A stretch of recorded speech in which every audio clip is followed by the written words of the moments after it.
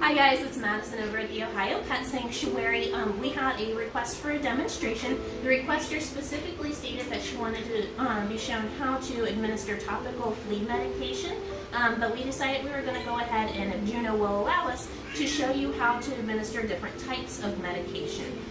So the first one I want to show you all how to do is an oral capsule or a tablet.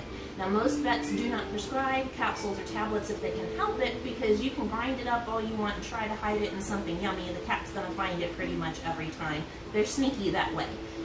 So most of the time you're going to have to give it to them directly into the mouth. Now, you can use what's called a pill popper. It looks a lot like a syringe with a rubber tip. I personally do not like those because it's one more thing that I have to fuddle with, and if it gets wet on the end with saliva, capsules and the gel part of the capsule will stick to it. So the first thing I want to show you how to do is how to wrap them up in a towel to make it a little easier to hold on to them. So if you notice, I have her nose pointed more towards the corner. Come here, Juno. Like that. And then I'm going to take the other corner and wrap it over, and then wrap over, and you can wrap up the butt if you need to, if you think they're going to back up. Now, to give the capsule, I'm going to grab underneath. Cats have this little ledge under their jaw, and I'm going to put my thumb and my forefinger there and use that to lift up the head. And then I'm going to use my other finger to make her open her mouth, and then I'm going to shove it back as far as I can. Now, if I don't get over the bump in her tongue, she's just going to spit it right back out. Now, you can either blow in their nose at this point to encourage them to swallow, or give them a little something to drink, just like when you take a tablet.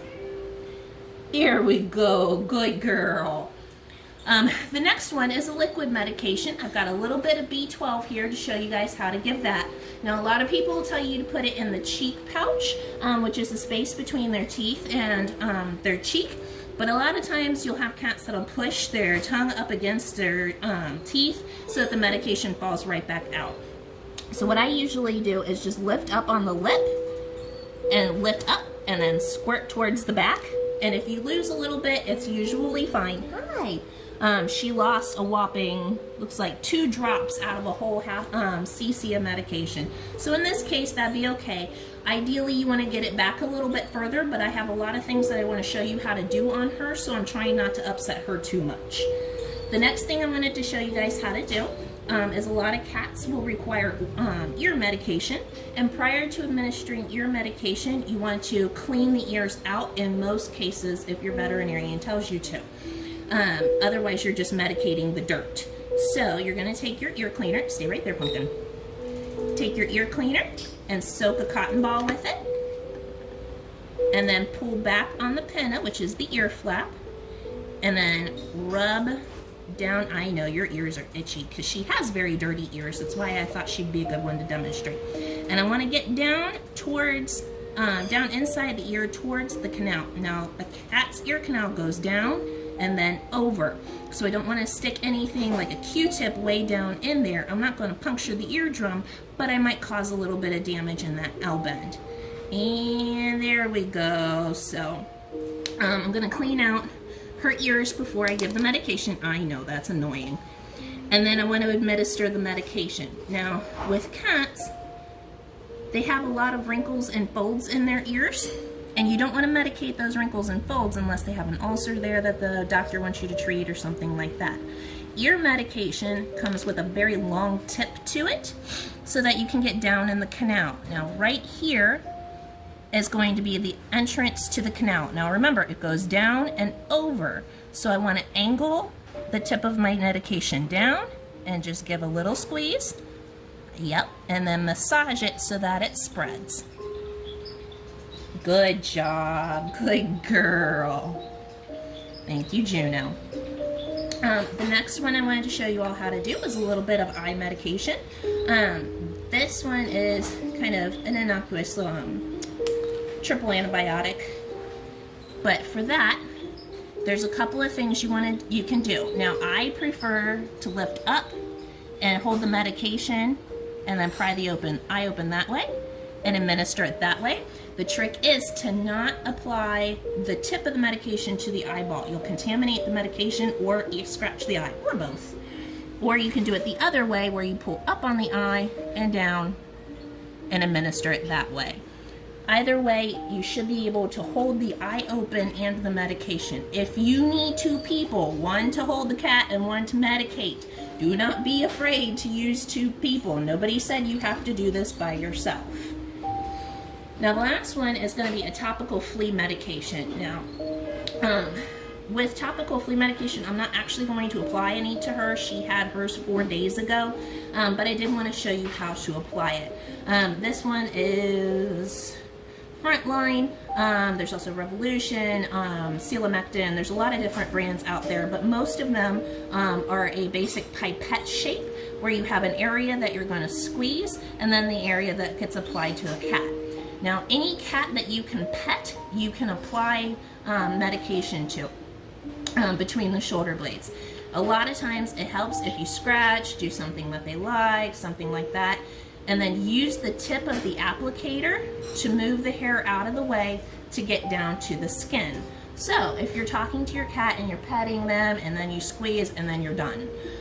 You can do it while you're watching TV. Like my old cat used to see the Frontline and then she'd run because she knew it was coming. But I would set it next to me in the TV room and let her come to me and do it while we were watching TV, and she had no idea it was even done. So if you can pet the cat, you can use the applicator to get down to the skin to apply it and make your life a lot easier. I know you're a very good girl. Thank you. Hey guys, as usual, after I finished filming the video, I thought of a couple other points that I wanted to throw in towards the end. First and foremost, the pill guns that I was talking about, this is one example of a type of pill gun. Let me zoom in on that for it. This is one example of one type. There's another type that you'll often see that's a little thinner than this. It's usually a colorless plastic with a blue rubber tip. And the way these work is you load the pill into the back of it, push it in, and then get the cat's mouth open, stick this in the cat's mouth, and then push it. I personally do not like pill guns for a couple of reasons. One, the hard plastic makes it easier for me to accidentally stab them in the soft palate, which makes it a very unpleasant experience, and the cats really don't like it. The other issue is when the tip, especially the tip of the rubber tipped ones, gets moist with cat saliva, the pill will often stick or start to disintegrate, which makes giving it all the more difficult. So I personally don't like pill guns, but if you have that really angry cat that you know is going to bite your finger, this is probably the better way to go, and they're easily obtained through like Chewy or Amazon, or your regular vet clinic might have one as well. The other question I thought people might actually have is the syringe that I use to give the water. You can get a syringe just by asking your veterinarian, hey, can I have a syringe to help wash down the medication? You can also get them from like Tractor Supply or Rural King, any of the farm support places. Or a lot of people already have the little baby medicine droppers from their children. I know a lot of people who wash and reuse these because they have small kids. These are great for a little bit of water, suck up and squirt down into the cat's throat just to help them wash down the medication. Now, if your cat does better with liquid medication than it does with a pill, you might also want to consider getting either a pill crusher, which I know we have one floating around here somewhere, but I couldn't find it, or you can get like a mortar and pestle like you use for seasonings and things like that, and grind the pill up and then mix it in with something yummy that you can squirt through the syringe. My personal favorite is Gerber chicken baby food.